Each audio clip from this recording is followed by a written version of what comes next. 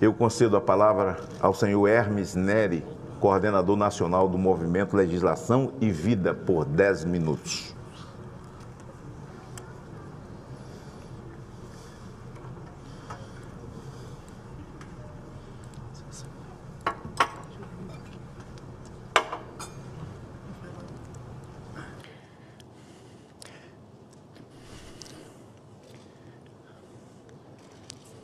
Essas imagens aqui, que a gente está vendo, é do fotógrafo Leonard Nilsson.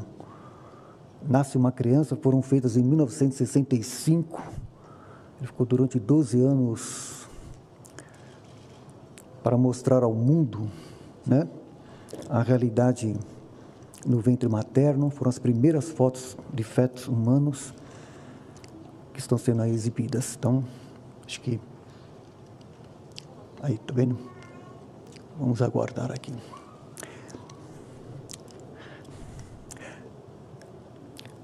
Excelentíssimo senhor senador Magno Malta, que preside aqui a mesa,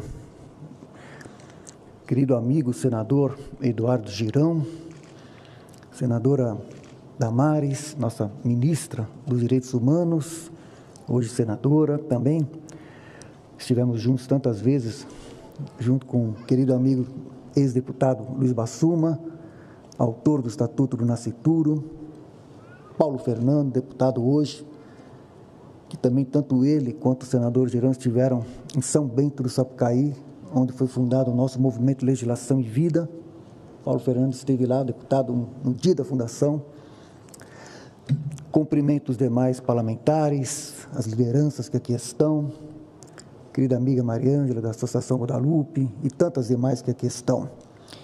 Com muita alegria e honra, venho hoje à tribuna do Senado Federal apelar aos parlamentares do Congresso Nacional que evitem que o STF decida sobre a vida do ser humano indefeso e inocente, o nascituro, que é a pessoa por nascer, já concebida no ventre materno, que deveria receber a maior proteção, acolhida e amor, e está sendo vítima da pior de todas as violências, que é o holocausto silencioso do aborto. Essa expressão é do Papa São João Paulo II, da Evangelium Vitae. Como explica a doutora Silmara Junir de Abreu Quinelato, talvez a maior especialista nesse campo, no Brasil tem-se 3 correntes fundamentais acerca da natureza jurídica do nascituro. Primeira, a natalista, em que se afirma que a personalidade civil começa do nascimento com vida, conforme o artigo 4º do Código Civil, mas não explica as expectativas de direitos e baseia-se no direito romano, que não considerava o nascituro como pessoa. Tem aí também a influência dos estoicos, nesse ponto. Vamos ver também no discurso sobre o aborto de Lísias, para ver que é o tema, as controvérsias vêm desde a antiguidade, e que vai ser resolvida no século XXI, senadora, pode ter certeza, com todo esse movimento no Brasil e no mundo. Como o senador Girão participou de tantas marchas nos Estados Unidos, e que está revertendo o processo, o povo lá, em tantos países. Mas a coisa vem desde a antiguidade. No discurso sobre o aborto de Lísias, ele já fazia a pergunta: aquilo que ainda está em gestação é um homem? A segunda, a da personalidade condicional, que reconhece a personalidade desde a concepção, mas condiciona ao nascimento com vida, deixando à margem os direitos da personalidade, tal como o direito à vida, que não depende do nascimento com vida. E a terceira posição, que é a nossa, a do nosso Movimento Legislação e Vida, fundado em 2005, defende a concepcionista, que sustenta que a personalidade começa da concepção. Então, senhores parlamentares e lideranças que aqui estão, em meio a essas visões que acontecem,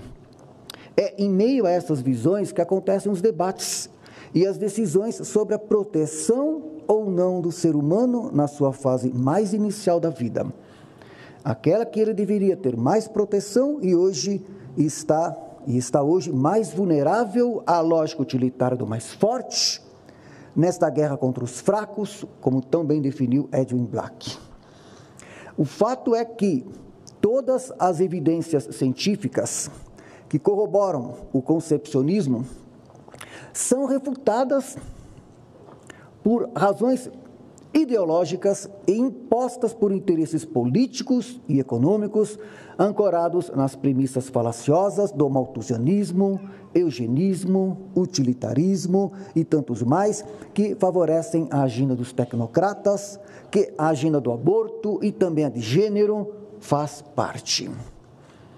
Como os senhores sabem, a ministra Rosa Weber, relatora da DPF 442, fez questão de publicar no mês passado o seu voto, defendendo os artigos do Código Penal que tratam o aborto como crime, que sejam considerados inconstitucionais até a 12ª semana de gestação.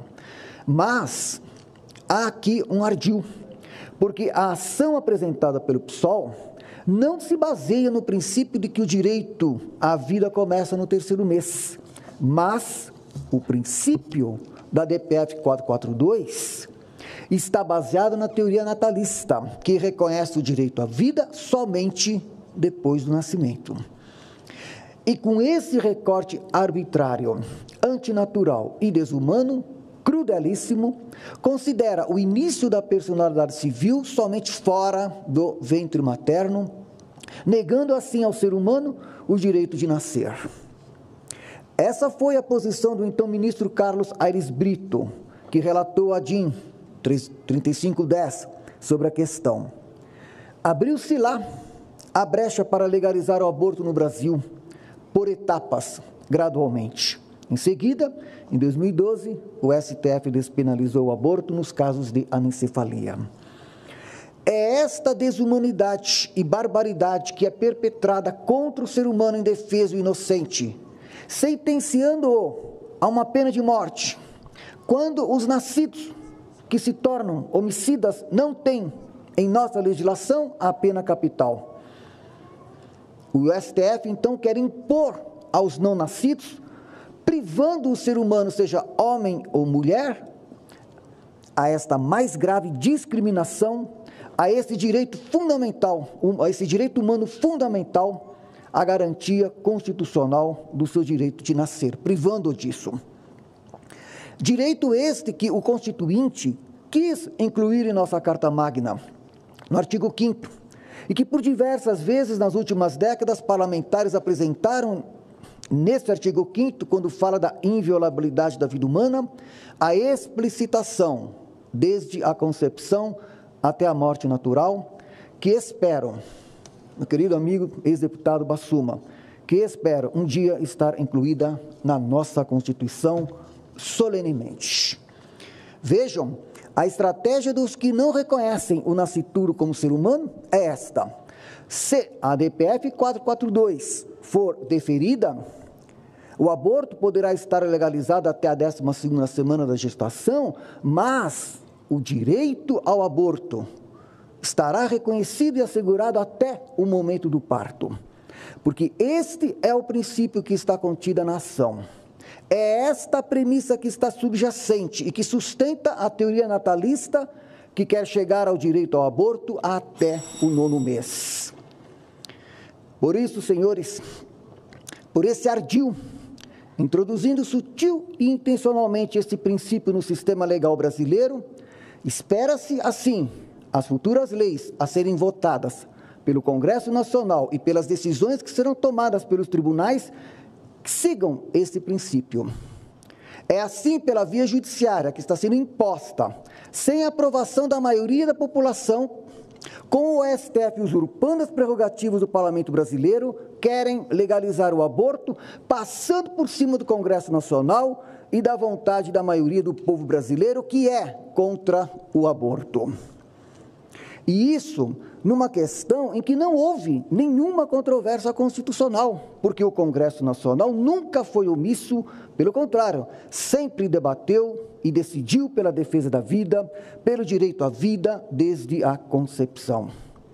Tudo isso explicitando a subversão total do direito, ainda mais dos direitos humanos, pois querem, nesse processo gradualista, reconhecer o direito ao aborto como um direito humano, o que é terrível, essa desumanidade. Para finalizar, quero só ressaltar que, vejam, aceitando o direito ao aborto, inverte-se tudo, cria-se o direito de a mulher assassinar a criança concebida e tutela-se tal realização. Deste modo, faz-se uma exceção no direito natural à vida de cada ser humano e se aceita que existam categorias de seres humanos aos quais o Estado pode negar tal direito. Naturalmente, é tutelado não aquele que é morto, mas aquele que mata. Graças a tais ações, o crime de morte perde, sobretudo na mentalidade comum, o caráter de delito, é legalizado, adquirindo o caráter de lei. O direito ao aborto não somente excluiria o direito à vida dos seres humanos antes do nascimento, mas, sendo reconhecido como direito fundamental, obrigaria os Estados a legalizá-lo, realizá-lo e tutelá-lo. Falar de direitos humanos é fácil, mas fazê-lo de modo adequado não é usual, e de fato cometem-se abusos em sentidos opostos, como este, o de querer tornar o direito ao aborto em direito humano. Por isso, é preciso que haja hoje um profundo discernimento entre direitos verdadeiros e direitos falsos. O campo jurídico humanizante permanece aberto a duas tarefas complementares, ambas urgentes e difíceis: a da eliminação dos falsos direitos que já estão formalizados em leis injustas. E esta DPF 442 pavimenta isso, a fazer crescer em nosso ordenamento jurídico tão grande joio, a favorecer no Congresso Nacional e nos tribunais leis injustas e iníquas.